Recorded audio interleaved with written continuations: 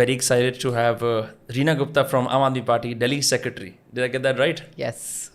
Amazing. देखो, सबसे पहले तो मैं आपको एक गिला शिकवा शेयर करता हूँ अपना. वो गिला शिकवा ये. By the way, if you think that the AC is too cold, let me know. I'll No, it's turn fine, off. it's ठीक है? fine.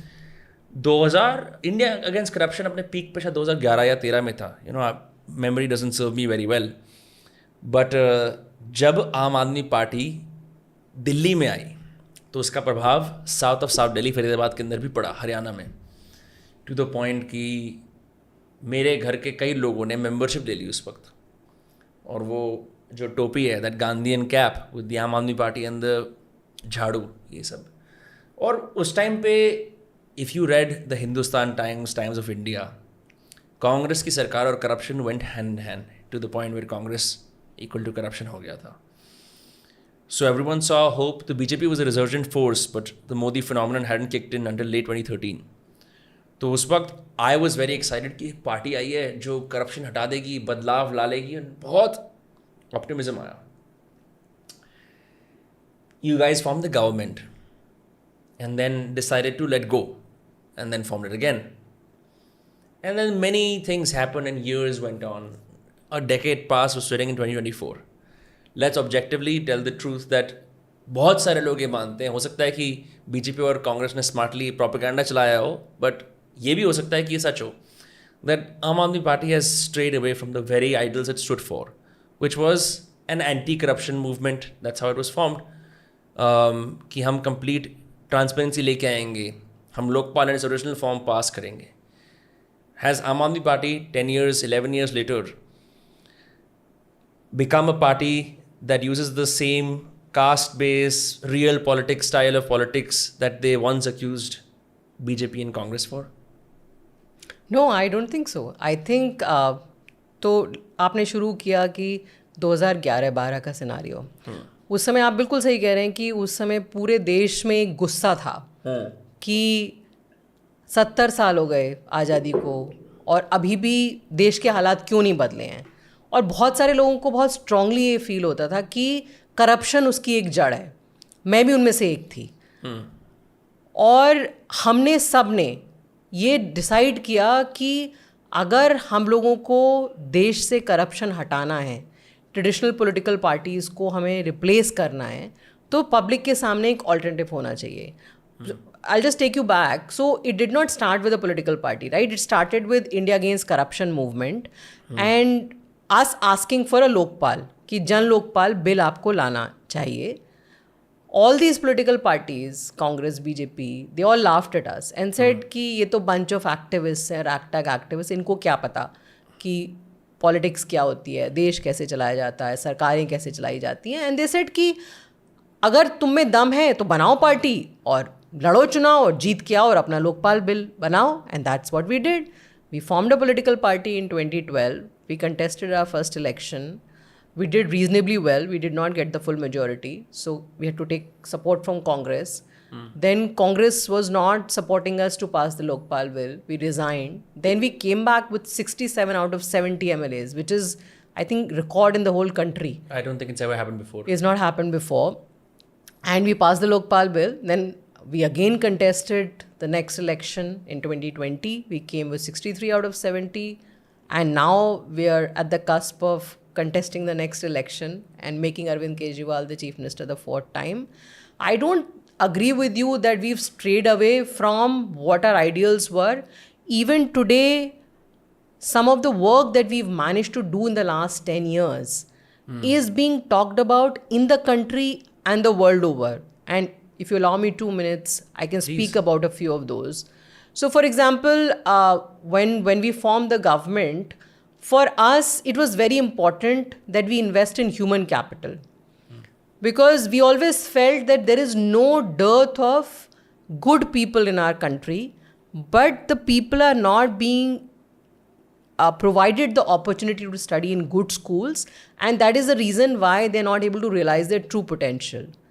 We became the first government in the country जिसने अपने budget का 25% schools में लगाया. हमने कहा कि अगर आप देश में दो तरह के बच्चे देश में बड़े हो रहे हैं. एक वो बच्चा मुश्किल से 5% या 10% ऑफ द पॉपुलेशन जो बढ़िया प्राइवेट स्कूल्स में जाता है। दूसरी तरफ आप देखिए 90% बच्चे जो हैं सरकारी स्कूल में जाते हैं। सरकारी स्कूलों की हालत क्या थी? वहाँ पे कभी छत से पानी छू रहा है, बैठने के लिए टेबल चेयर नहीं है, ब्लैक बोर्ड नहीं है, टॉयलेट्स ऐसे होते थे कि आप एंटर करिए, आपको कैसे पता चलेगा सरकारी स्कूल है? वहाँ एंटर करते ही आपको टॉयलेट की बदबू आएगी। अगर आपको इस पॉडकास्ट की छोटी छोटी झलक देखनी है तो उसका क्लिप्स को सब्सक्राइब करें। उससे आप बच्चे की साइकी पे क्या इम्पैक्ट कर रहे हैं? बच्चा सोच रहा है कि nobody expects anything out of me, right? That is the reason I'm being sent to this school, because ना मेरी सरकार ना मेरा देश, उसका कोई एक्सपेक्टेशन ही नहीं है। मेरा यही जो है फ्यूचर है, ऐसे स्कूल में पढ़ो, उसके बाद कुछ छोटा मोटा कर लो। Now 10 years later, you go to some of these government schools, you talk to the children who've studied in these government schools, who've graduated from these schools, and the level of confidence you see in them. These are children now who are studying in IIT, IIMs, they are getting the best jobs. And in order to reduce intergenerational poverty, education is the best tool. तो सबसे पहले तो हमने ये decide किया कि हम दिल्ली के सरकारी स्कूल्स को ट्रांसफॉर्म करेंगे। उससे पहले जो पैराडाइम देश में चल रहा था कि सरकारी स्कूलों का आप कुछ नहीं कर सकते, आपको सरकारी स्कूल बंद कर देने चाहिए और ज़्यादा से ज़्यादा प्राइवेट स्कूल्स खोलने चाहिए और बच्चों को इवेंचुअली प्राइवेट स्कूल में ही जाना पड़ेगा। That is one thing we change. Now to this date, whenever there are elections in any state, people ask, are you going to give us schools like Arvind Kejriwal? Recently when there were elections in Gujarat, वहाँ पे लोगों ने मोदी जी से पूछा कि आप बताइए, जैसे दिल्ली में स्कूल ट्रांसफॉर्म हुए हैं, क्या आप गुजरात के स्कूल्स ट्रांसफॉर्म करेंगे? गुजरात जहाँ 25 साल से इनकी सरकार थी, इनके पास एक स्कूल नहीं था जहाँ ये दिखा सकें, एक भी कोई टोकन स्कूल ये दिखा देते कि ये स्कूल हमारा बढ़िया स्कूल है। मोदी जी को जब फोटो अपॉर्चुनिटी करवानी थी तो उनको एक टेंट वाले स्कूल में बैठना पड़ा। So we invested first in education. Then the second thing, any economist will tell you what is the other issue which impacts the poor the most? That's healthcare.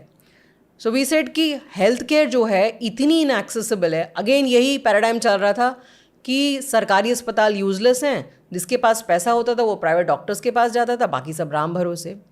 We came out with this concept of mohalla clinics where we said that in your neighborhood there should be a primary care physician free of cost. You go there, you get your basic medicines, you get your basic tests done, and you don't waste your time. उससे पहले क्या होता था, क्योंकि दिल्ली में अस्पताल इतने कम थे, अगर गरीब आदमी हॉस्पिटल जाता था तो उसकी पूरी एक दिन की दिहाड़ी गई। आपने पूरा दिन हॉस्पिटल की लाइन में खड़ा किया, आपकी उस दिन की अपॉर्चुनिटी लॉस हो गई पूरी। तो लोग क्या करते थे, जो पास में झोला छाप डॉक्टर है, वो प्राइवेट डॉक्टर है, एक्सेसिबल है, वो जो दवाई आपको देगा आप उसको खा लीजिए।